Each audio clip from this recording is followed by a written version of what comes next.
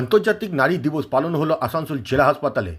এই নারী দিবস অনুষ্ঠানে উপস্থিত ছিলেন এডিএম জেনারেল, হাসপাতাল সুপার নিখিল চন্দ্র দাস, সহকারী সুপার ও ডাক্তারদের সাথে নার্সকর্মীরাও। আজকে হচ্ছে আন্তর্জাতিক নারী দিবস। তো জেলা প্রশাসনের সহায়তায় সেই একটা অনুষ্ঠান আমাদের এই আসানসোল জেলা হাসপাতালের ট্রমা বিল্ডিংয়ের উপরে হচ্ছে।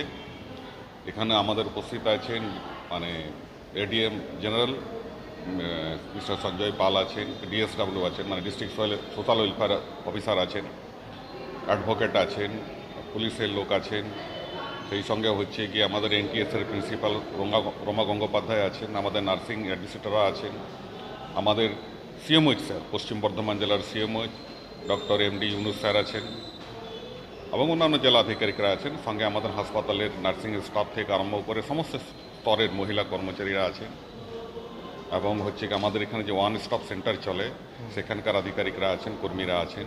তো তাদেরকে নিয়ে আন্তর্জাতিক নারী দিবসে একটা প্রোগ্রাম চলছে।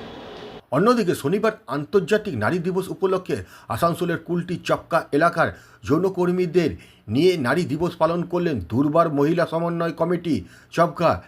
এদিন দুর্বারের সভাপতি মরিজিনা শেখ বললেন, আজ যৌনকর্মীরা রয়েছে, আজ নারী দিবস, আমরা নারী দিবস পালিত করছি এখানে, মানাচ্ছি সব যৌনকর্মীদের নিয়ে।